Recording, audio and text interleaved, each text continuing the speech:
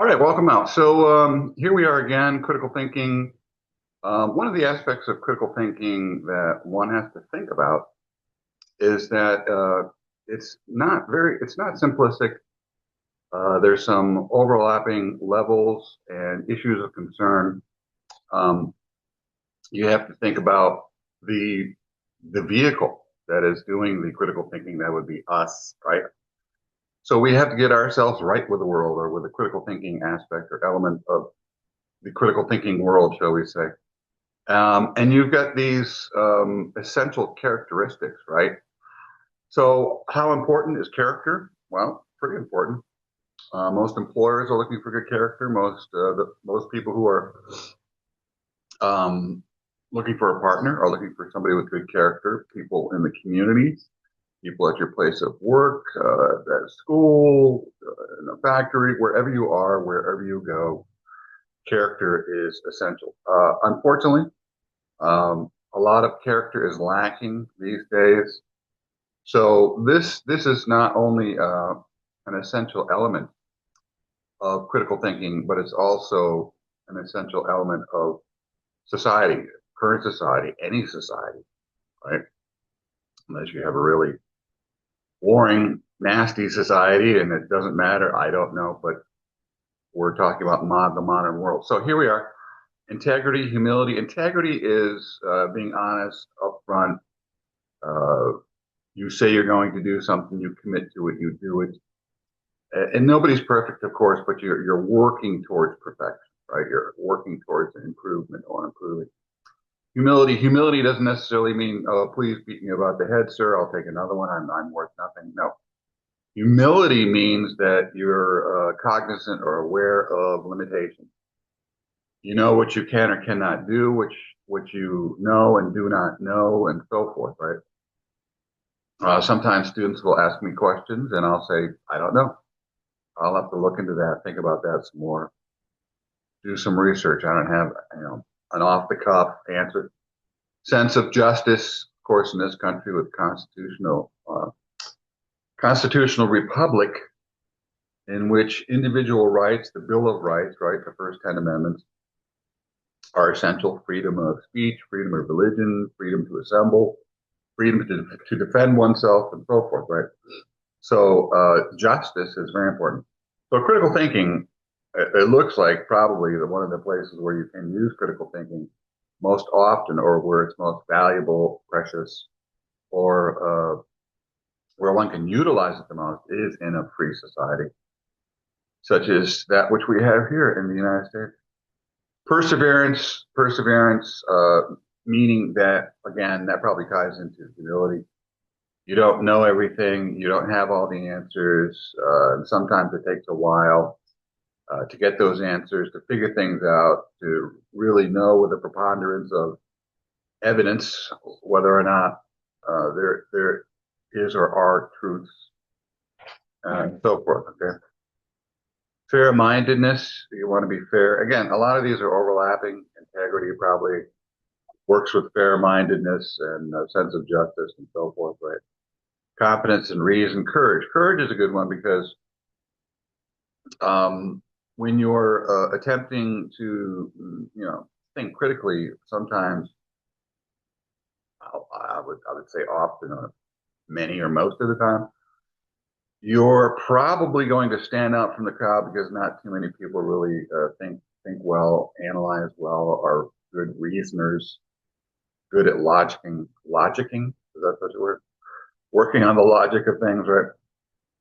So you have to have the courage, the integrity. There you go. Again, many of these overlap.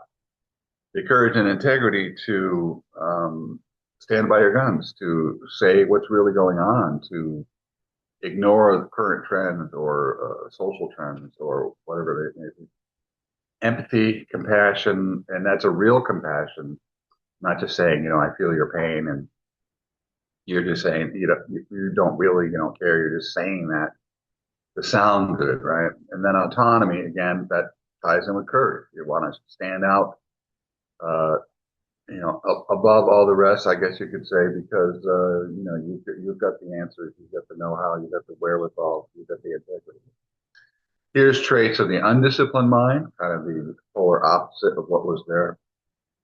What does fair-mindedness require? Fair-mindedness requires striving to treat every viewpoint, and this is the hard part, right? Every viewpoint relevant to a situation in an unbiased, good luck with this, it's difficult, some may say impossible, unbiased, unprejudiced way. Um, when you're dealing with people and people are often aligned with certain mindsets, they have a club mentality, they have a group mentality, and you may be politically of the left or the right, or you may be of a certain socioeconomic status, or you may be of a certain culture, and so forth and so on, right? So it's difficult. We have a tendency, of course, being individuals and having limited experience and limited perspective, we have a tendency to just focus on what we think and feel and see. If it happened to us, it's happening to everybody. If it's important to us, it's important to everybody. No. So you really got to get away from that type of thinking. All right. It entails awareness that we, by nature, tend to prejudge the views of others, placing them into favorable, agree with us, and unfavorable, disagree with us categories. So if they agree with us, we love them. If they disagree with us, there's something wrong with them, right? And it's not that cut and dry, and you have to get away from that mentality. You really have to discipline yourself to think a particular way. Think along the lines of those 9 characteristics, right? Have integrity. Think from the other individual point of view. Don't believe that you're the end all and the cure all and everything. Right? We tend to give more weight to our own views than to views contrary to our own. This is especially true when we have selfish reasons for being opposed to certain views. Very true. The opposite, of course, fair-mindedness is intellectual. Unfair is to be intellectually unfair, is to lack awareness of our responsibility to accurately and fairly represent viewpoints with which we disagree. All right. Again, that's very hard to do because people get very emotionally connected, very emotionally tied in to their viewpoint, how they see things, what they want, and so forth and so on. Right? Our unfair thoughts and actions always have an element of self-deception. Through this self-deception, we justify ourselves, rationalize our behavior. There's a lot of psychology here, right? It's almost like you're being analyzed. You're on the couch, right? Convince others, convince ourselves we are right. Because everyone is to some degree naturally egocentric, as I said before, everyone falls prey to unfair thinking. Indeed, egocentrism, and therefore unfair thinking is the natural state of mind for most people. There it is, right? Said in not so many words. We simply want to stress here that the traits discussed in this chapter can never be fully achieved by any person. I was alluding to that. No one is always fair-minded. No one is always fair-minded. The mind is naturally too self-interested, right? And if you can, you can work really hard at getting outside of yourself, but the natural tendency to float back in. So you're pulling yourself out, and you're going to float back in. And the more you don't practice getting out of yourself, pulling yourself outside of yourself, I guess you could say. It's like an exercise. It's like, if you're not working the abs or working the arms or legs or whatever, they atrophy after a while. You can be in perfect shape. And then you sit around for a couple of months and those muscles atrophy, right? So as I said before, this is something, it's an ongoing, continuous thing.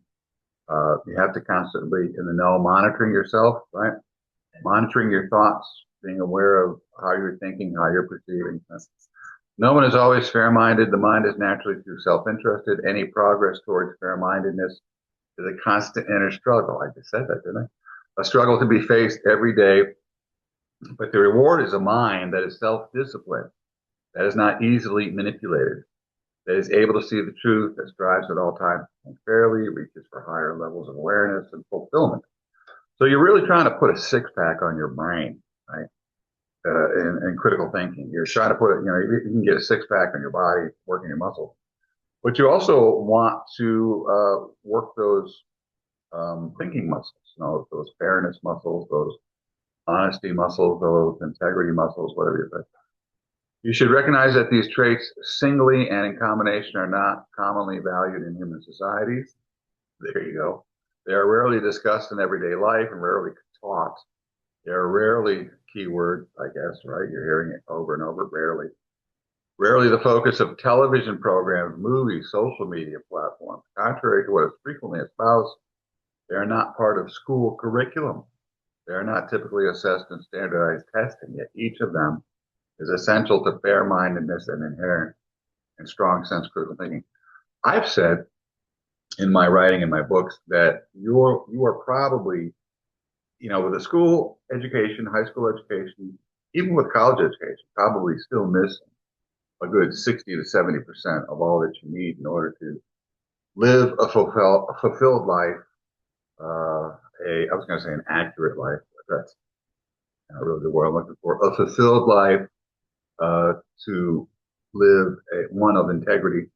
One so that when you go to bed at night, you feel good about yourself. You don't feel put upon, or you don't feel guilty or racked with fear and pain and dread and hopelessness and so forth and so on. Right?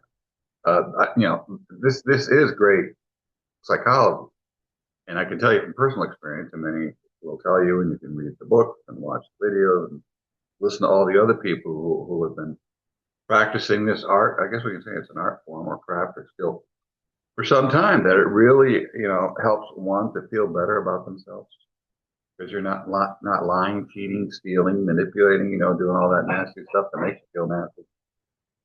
So there you go. Intellectual humility. There it is. That's another element, characteristic.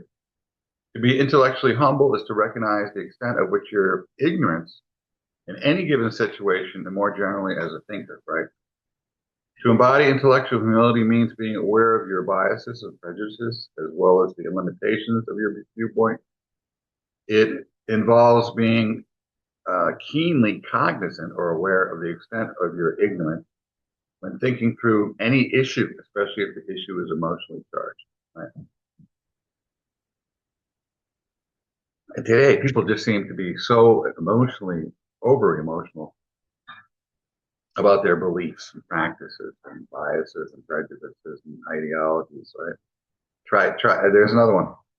Try not to get so emotional. It's difficult because it's a natural tendency, and we are emotion-based creatures. But definitely worth practicing getting away from that natural emotional knee-jerk reflex. Right?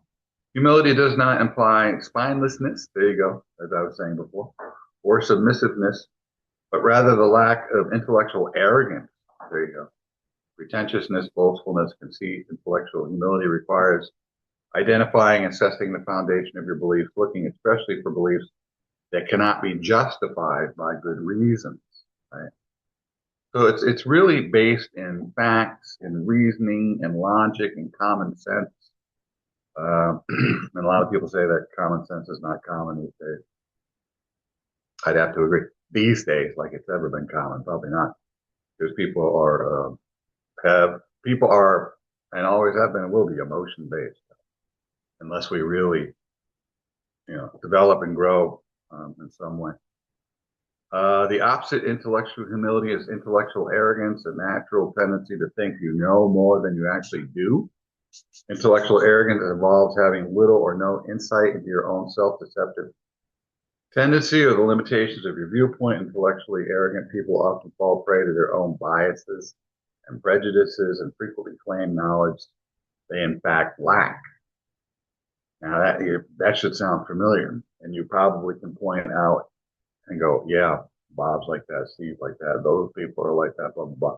But you notice anytime you're pointing out, you got three coming back at you, right? I like that analogy. One out, three back. So as you're pointing at others, you might want to look at yourself and maybe double down on that or triple down on that, right? To really see what's going on, right? Unfortunately, we are all capable of believing we know what we don't know. our own false beliefs, misconceptions, prejudices, illusions, myths, propaganda, and ignorance seem to us as the plain, unvarnished truth. And you'll notice this in interactions online or offline that when somebody attacks you or starts to break apart what you're saying or thinking or feeling, that your natural tendency is to defend, right? Should you be defending? In some cases, no. Other cases, sure. But if your natural tendency is like being skeptical, skeptical is, not that I don't believe in, I'm a conspiracy theorist, but skeptical is, wait a minute, not really sure if that's true, or give me a second, let me think about it, right? So it's the same thing with the responding to people. If people attack you online, offline, don't just, it's not a knee-jerk reflex. Try not to. Practice not doing that, right? It's healthy. It's healthier. It's also more productive. It's also more rational and reasonable. If we are ignorant about a religion, say Buddhism, we cannot fairly judge it. If we have misconceptions, prejudices, illusions about it, we will unfairly distort it. We will misrepresent it to discount it. Our false knowledge, misconceptions, prejudices, and illusions will keep us from being fair. We will be inclined to judge too quickly and be overly confident in our judgments. These tendencies are all too common in human thinking. Very true, right? Oftentimes we hate, despise, belittle, or talk badly about an individual or group of individuals. And we probably in many cases know little to nothing at all about them, right?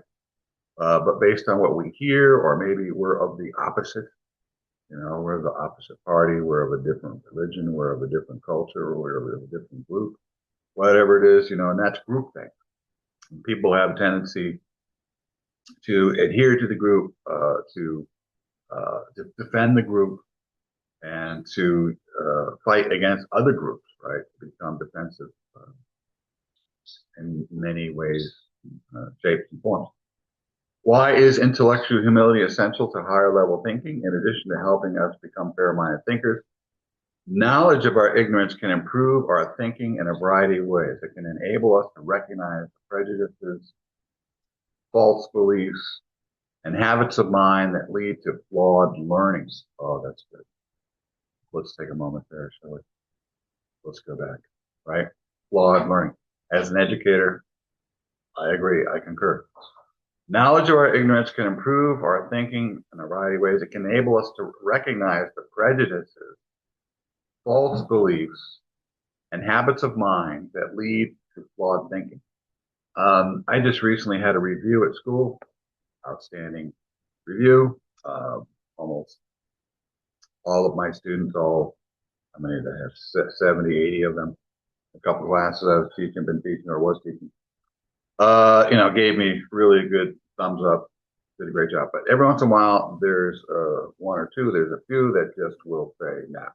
And there was one review I had where the individual said, he's wrong. He's always wrong. Which is interesting because most of the people, most of my students would not concur. So, I don't know what's going on with that individual. Maybe they're in a disruptive moment. Maybe they're not in a healthy moment mentally.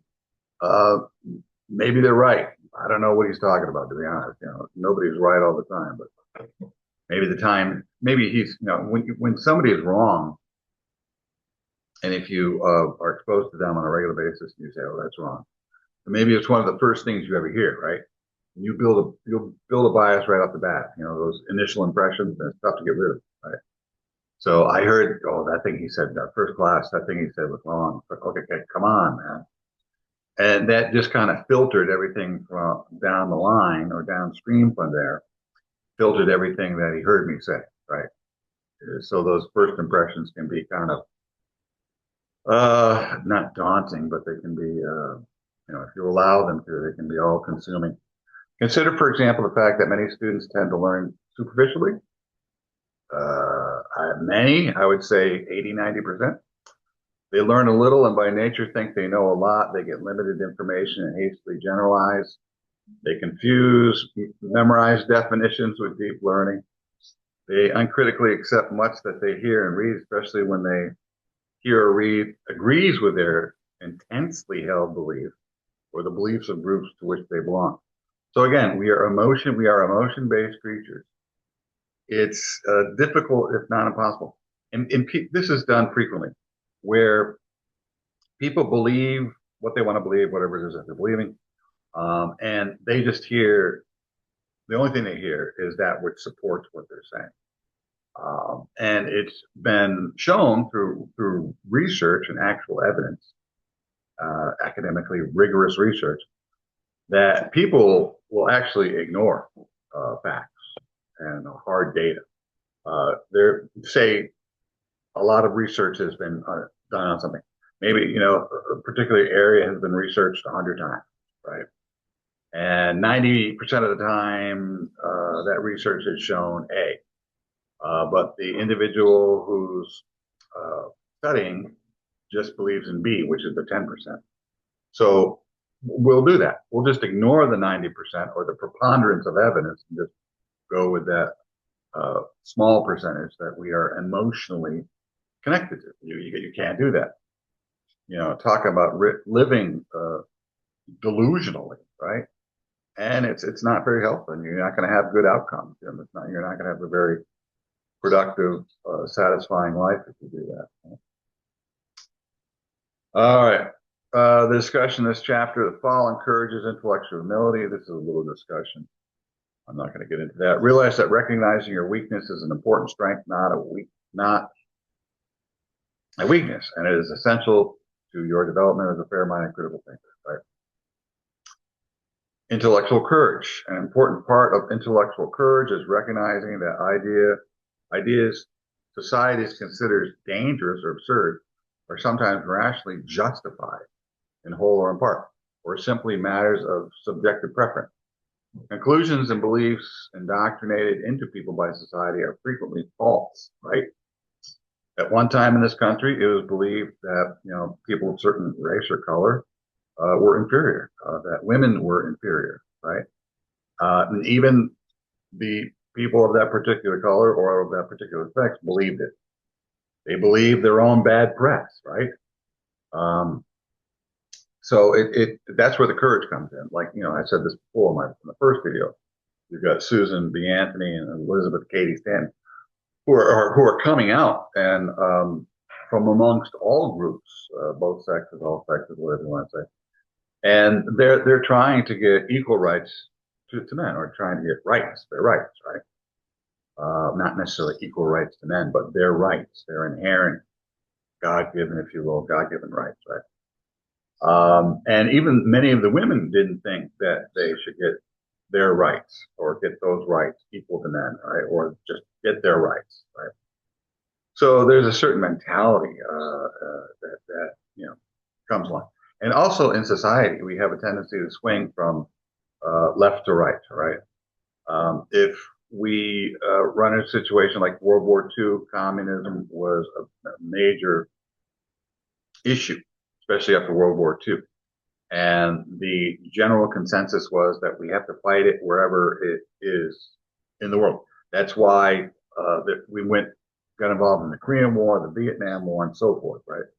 We didn't want that to spread. Those weren't our issues. Those weren't our wars, right? Those were other countries' issues and wars. But we stepped in because we see, we'll help you fight the communist element, North Korea, North Vietnam element, right? Because we see what it did, 60 million people or so, 60, 70 million, I don't know what the estimates are, including civilians, 60 million people died in a world war that was based in communism, fascism, right? So you're really going to swing to the right, really conservative. Then as time passes, you kind of swing that back towards the center and then back to the left, and it gets too far over here. And then you swing back to the center, back to the right, and you swing back, yeah. So we're kind of swinging. We're swingers. Swinging back and forth all the time, historically. To determine what makes sense to believe, you must not passively and uncritically accept what you have learned. Having Intellectual courage is especially important because ideas considered dangerous or absurd may hold some truth, and ideas strongly held by social groups to which we belong may hold some distortion or false truth. The opposite of intellectual courage, cowardice, is the fear of ideas that are contrary to one's own. When people lack intellectual courage, they are afraid to seriously consider ideas, beliefs, or viewpoints they perceive as dangerous. And that's probably why people really oppose those groups that think differently or in opposition to them. You know, in political parties, if you're of the right, you might have that fear or cowardice about those on the left if you're of a particular culture or group. The same thing, you know, my group is good and everybody else in that other group, bad, right?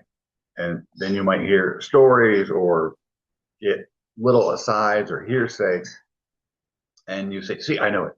I knew it. That's true." I mean, because you have that fear in you. You get the fear in you, right? And any little point that comes along that will support that fear or what you're thinking, your bias or prejudice, you'll just glom onto it, right? So be careful about that. Be careful about that, right? Each of the following or its opposite is sacred in the minds of some people. Believing in conservative views or believing in liberal views, believing in God, disbelieving capitalism, believing socialism, abortion, not abortion. So these are the capital punishment, disbelieving in capital punishment. So these are really hot topic buttons. You know, there's the political, there's the religious, there's the economic, and abortion is another issue, right? And capital punishment. Those are your top five. If you want to really get people going at each other, you know, just jump into that conversation, find somebody that disagrees with you, and they'll get all emotional and oppose you, maybe attack you, maybe vehemently, right? You know, such as what's going on now in the political environment or any political environment. You know, some say it's gotten worse, but believe me, it's been worse in the past. You know, they used to string people up or tar and feather them if they oppose particular political views and so forth. Right? Anyways, once we define who we are through an emotional commitment to our beliefs, we are likely to experience inner fear when those beliefs are questioned, right? Giving into this fear is the first form of intellectual cowardice, right? So that's another thing, right? Being fearful and having kind of a knee-jerk reaction, an emotional knee-jerk reaction, right? So you really gotta maybe we need like a lot of meditation or something. Practice meditation, you know, where we're calming ourselves. We try to have a calm, centered, so we're not always emotionally overreacting to things. So when we consider opposing ideas, we subconsciously undermine them, presenting them in their weakest form so we can reject them. We need intellectual courage to overcome self-created inner fear, the fear we ourselves have created by linking our identity to a specific set of beliefs. Another important reason to acquire intellectual courage is to overcome the fear of rejection by others because they hold certain beliefs and are likely to reject us if we challenge those beliefs. This is where we invest others with the power to intimidate us, right? And I just saw a discussion the other day. There was an individual talking and lecturing. It looked like he was at a college. And a young lady got up and she opposed. She was probably more left and he was probably more right. And she opposed what he had to say. And, you know, I think there was an attempt there to calmly rationalize things, but maybe because he was too good at supporting his viewpoint, she kind of got defensive and she wasn't getting anywhere with what she was saying. And she might have been losing. It's usually the ones who are faltering or losing confidence, you know, that are the ones that get too emotional. And then she just yelled at him, called him a word, called him a name or two, and then just walked away, right? So, and that's life. So, and that's another thing. If you think you're going to use argumentative skills or critical thinking skills And that's all you need to do to master those, and everything will become peachy keen because people will just cooperate with your great critical thinking and logical thinking skills. Good luck, right? Because you may have that skill or you may have those sensitivities, but not everybody does, and most don't. So that's just something else to be leery of. Okay.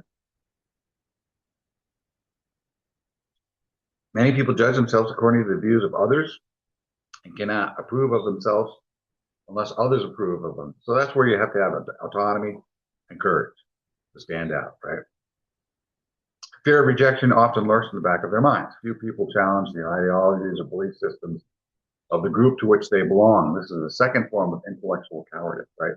So if you grow up in a particular country, in a particular culture, in a particular religion, in a particular socioeconomic status, in a particular political party or group, you have a tendency to associate with those groups, right? And uh, if you're too inculcated, look that word up, right? You're too ingrained in the group, and the group exists all around you, and you don't see anybody from on, anybody in your area of exposure who disbelieves, right? Or believes differently, I should say. Never mind disbelief. Difficult. That's a difficult situation. You kind of get comfortable. You believe the group's uh, propaganda, if you will. You know, so you got to be leery of that. This is what it means to be a critical thinker. Consider the following resolution. There you go. This is great. Maybe we should just repeat this on a daily basis. I will not identify with the content of any belief. I will identify only with the way I come to my beliefs. This is like the critical thinker's credo. I am a critical thinker, and as such am willing to examine my beliefs and abandon any that cannot be supported by evidence and rational consideration. I am ready to follow evidence and good reason wherever they lead. My true identity is that of being a critical thinker, a lifelong learner, a person always looking to improve my thinking by becoming more reasonable in my beliefs. I do not fear making mistakes based on poor beliefs I may hold at the moment, but instead I focus on improving my thinking in order to identify my poor beliefs and replacing them with sound beliefs. Yeah, it's like you're a Boy Scout, and you're reading the pledge of the Boy Scouts or Girl Scouts, whatever it is, right? Or you're pledging allegiance. I pledge allegiance to the flag. So it's like a pledge. I pledge to be a good critical thinker, blah, blah, blah, and so forth. That's great.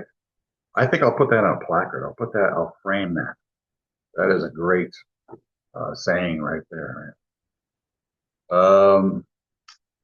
What else? Where are we next? Empathy.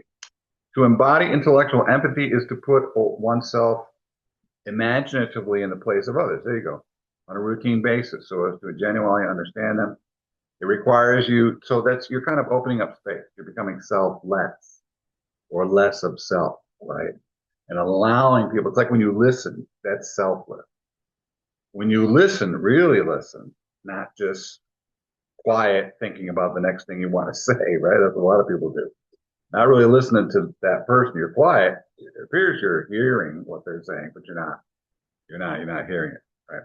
You're thinking, oh, here's my rebuttal. This is what I'm going to say, and just not paying attention to what they're saying at all, right? Anyways, it requires you to reconstruct the viewpoints and reasoning of others accurately and to reason from premises, assumptions, ideas other than your own.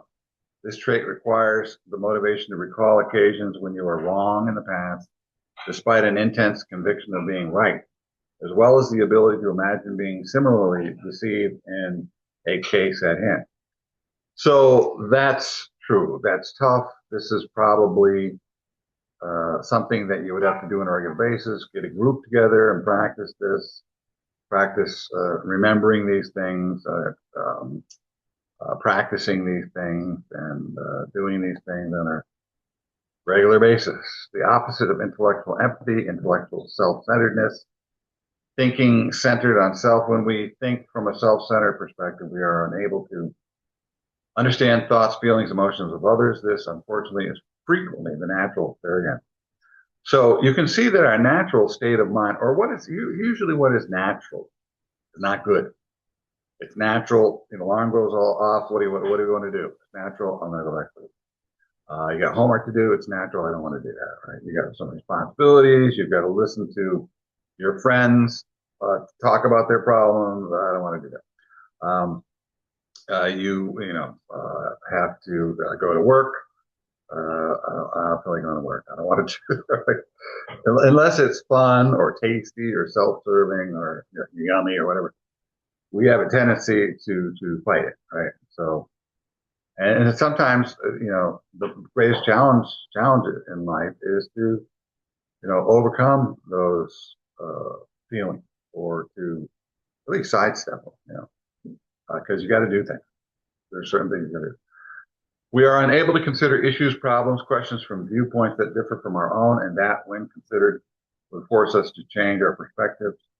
How can we be fair thinking of others if we haven't genuinely tried to understand that thing? Right? Kind of like love. How can we love another person if we don't love ourselves, if we don't appreciate ourselves, if we're not good to ourselves, fair to ourselves, patient with ourselves, right? If you are unable to take on others' perspectives and accurately represent their views, you will not be able to judge their ideas and beliefs fairly. Trying to think within viewpoints of others is not easy. So, no kidding. It is one of the most difficult skills to acquire. There you go. So here's some strategies. Develop your ability to empathize, like practice using the following strategies, right?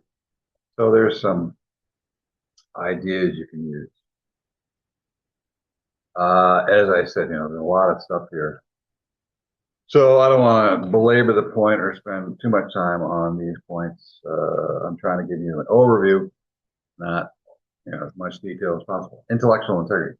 Intellectual integrity means striving to be true to your own disciplined thinking and holding yourself to the same standards you expect others to meet. For example, it involves holding yourself to the same rigorous standards of evil, and proof to which you hold your antagonists. It means practicing daily what you advocate for others. It requires honestly admitting discrepancies and inconsistencies in your own thought, action, identifying inconsistencies within your own thinking. I've done this so much that it's become more and more natural way of thinking. For instance, I watch follow a lot of sports, and I see fans getting on the players. And these are professional players making millions of dollars with a lot of talent, a lot of pressure on them to win. And the fans are coming from a very removed, uninvolved, inexperienced perspective. Why didn't you make that shot? Just make the shot. Why can't you pitch better? Why can't you run faster? Why did you screw up at that point? Why do you keep turning the ball over? Right? Why do you keep flubbing the fielding play or not hitting in the clutch or whatever it is? Right? Easy to criticize. And if you've ever played sports and done those things firsthand, then that. And this is why oftentimes, professional athletes they do much less critiquing or complaining and a lot more supporting because they understand the challenges and difficulties and making mistakes, right? And how nobody out there wants to make mistakes, right? So they understand what's going on. A lot of fans don't because they're looking at it from a very removed, detached perspective. And I just want, and they're also a selfish perspective, just win so I can be happy and feel better and brag more about my team, right? The opposite intellectual integrity is intellectual hypocrisy, a state of mind unconcerned with true honesty. That's kind of redundant, isn't it? And often marked by unconscious contradictions and inconsistencies. Let's go. I'm going to skip to the next point. Perseverance. I love these little, what I'm going to do? I'm going to collect all these little blurbs, these kind of pledge allegiance. I pledge allegiance to the intellectual perseverance. Collect these little descriptions, right? And put them in a file. Intellectual perseverance means working your way through intellectual complexities despite frustrations you face in dealing with those complexities. And another thing is people want answers, they want them fast, they want them now. right? I don't want to have to wait or be patient or persevere, right? Perseverance is another trait, characteristic of a good critical thinker. I don't want to have to do that, right? I have to, but I don't want to. I want the answers now. I want to seem smart now. I want to seem informed now. I want to seem right now, right? Some problems are complicated, cannot be solved easily. No kidding. You exhibit intellectual perseverance when you refuse to give up in the face of difficulties, hindrances.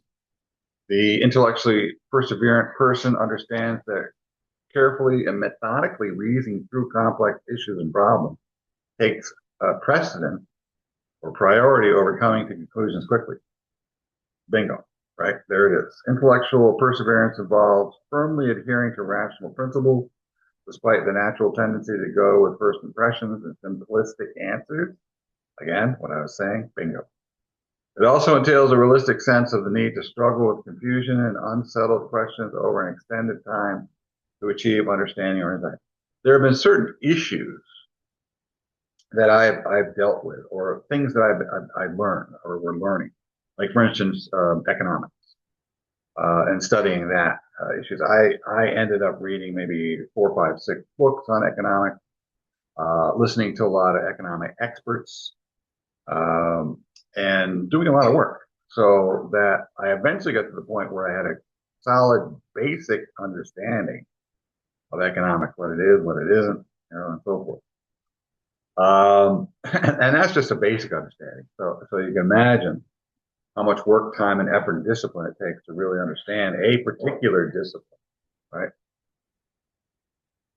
Intellectual perseverance is essential to almost all areas of high-level thinking. There it is. Great.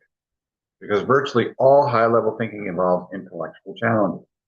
Lacking intellectual perseverance, they cut themselves off from the many insights available to them. And this is why I'm saying, and a lot of critical thinking, or what's being spoken to in this book, is just about that point, right?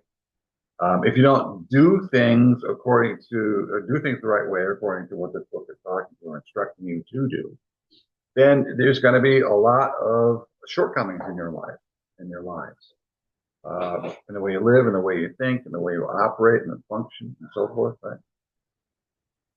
From the many insights available to them, only when they are willing to think through a subject struggle. They avoid intellectual frustration, no doubt, but they end up with the everyday frustration of not being able to solve the complex problems they face, right? So it's either, you know, stick to it, strap yourself down, and get ready for the long haul, do the work, or constantly be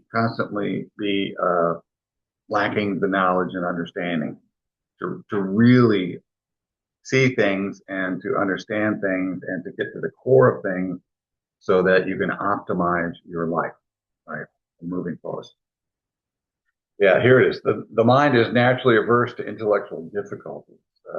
Again, I think I said something to that effect in the first video. There are people, I think it was Martin Luther King or Henry Ford of Ford Manufacturing, Ford Car Company, who said that one of the hardest things to do is to think, right? Or to think well. Intellectual perseverance is rarely fostered in the schooling process. Instead, students are often encouraged to complete tasks quickly. Those not able to speedily finish tasks come to view themselves as inadequate, stupid, inferior. Right? And I think that's why a good portion of students think they're not smart or think they're dumb. They're marginalized. School has marginalized them. There's maybe 10, 15, 20% at the outset or at the highest level, at the most, who really enjoy education and learn and get something out of it. Yet the most important questions you will reason through in your life most likely will be complex and therefore require not speed, but diligence, intellectual discipline, right, over the long hauls, right? Intellectually quick students are often the same students who give up when the intellectual task becomes difficult. They see themselves as capable of getting the right answer quickly and without intellectual pain. When the right answer does not come immediately, painlessly, they frequently blame the teacher for giving a dumb assignment, or the teacher doesn't know anything, right? Indeed, these students often fail to recognize that every question doesn't necessarily have a right answer. Some have only better or worse answers. It's kind of a trade-off, right? It's not always absolutely right, absolutely wrong. It's kind of a trade-off. You kind of hit it midpoint. You hit it mostly. There's a preponderance of accuracy in your statement, right? Some have only better and worse answers, and there is no effective way to work through these complex questions simply, easily, quickly. Confidence in reason. Confidence in reason is based on the belief that one's own higher interests and those of humankind at large are best served by giving the freest play to reason, by encouraging people to come to their own conclusions through the use of their own rational faculties. It is based on the belief that with proper encouragement and cultivation, people can learn to think for themselves from insightful viewpoints, draw reasonable conclusions, think clearly, accurately, relevantly, logically, persuade each other by appeal to good reason and sound evidence to become reasonable persons, despite deep-seated obstacles in human nature. And deep-seated means ingrained, entrenched. When one has confidence in reason, one is moved by reason in appropriate ways. The very idea of reasonability becomes one of the most important values, focal point in one's life. In short, to have confidence in reason is to use good reasoning as the fundamental criterion or criteria by which to judge whether to accept or reject any beliefs or positions.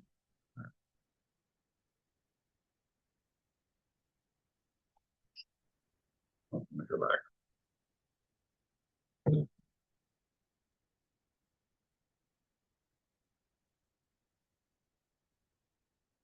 I like that point. In short, few have genuine confidence in reason. Instead, people tend to have uncritical or blind faith in one or more of the following. That's true. It's not so much that they're listening to reason, but they're bypassing or ignoring or not seeing reason as something essential, or the reason, lack of reason, or the reason, even the reason there. They get distracted by shiny things such as charismatic national leaders, right? Uh, you kind of like a lot of people liked Obama. They think, oh, he's such a great guy. He's a good speaker. He's very nice. He's likable, right? So you get caught up in that and not so much in what he's saying or the reason or logic or even check, oh, he's a nice guy. I'm not going to worry about whether what he's saying is right or logical or reasonable. Right? Charismatic cult leaders. So definitely some people you want to be aware of. The father is traditional head of family, institutional authority, spiritual powers, social groups, official or unofficial, political ideologies, intuition, unanalyzed emotion, gut impulses, fates, social or legal institutions, folkways or folkways, I guess, or mores of social group culture, personal unanalyzed experience. This one is used a lot. I had an experience. It's my experience. I really felt it. It's true. It's right. I'm right. You could never be wrong. I am not wrong because I felt it and I felt good and I felt right. People of social status or position, right? The rich and the famous, right? And I've seen that kind of like celebrity worship. That person who is amazing. I thought somebody say that particular person is amazing. And I don't know. It was kind of like one of those social celebrities. Person wasn't an actor, wasn't a musician, just kind of became famous through some show or maybe some popular podcast. That person is amazing, and that person maybe I don't know what they mean by amazing. So and so is amazing, but what they're really looking at is the person's fame, popularity, notoriety, their wealth. They stand out from the crowd, right? The wealthy and the famous and the well-known, oftentimes people get distracted by shiny things, right?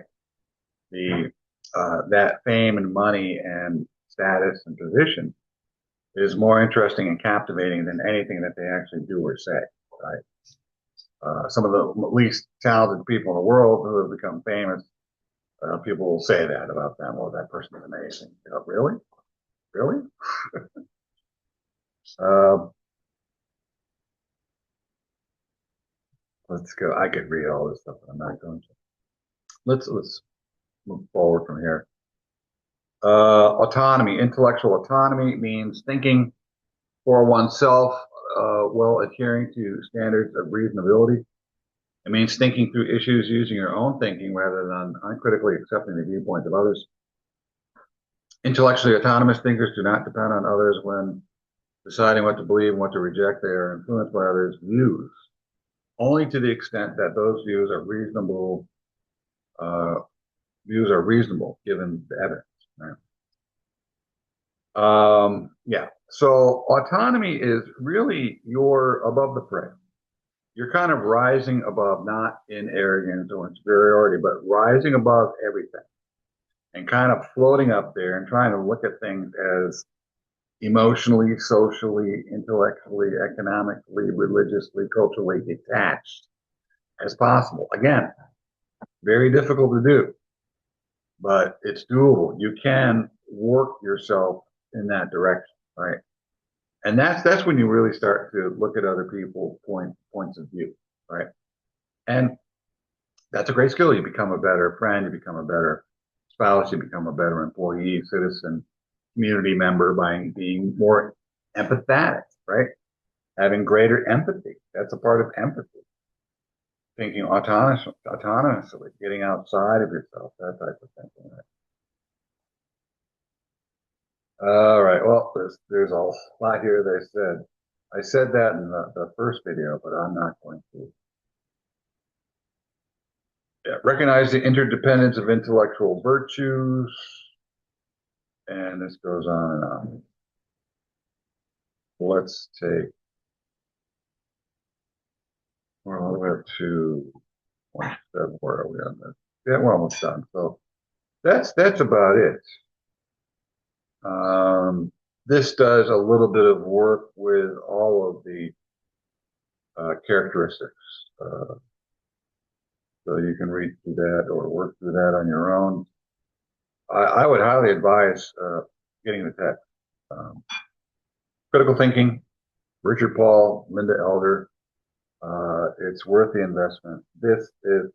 It's not one of those books where you just, read it, take the test, and then, sell it back, get rid of it as soon as possible. It's like a hot potato. Oh, the hell, get rid of that thing.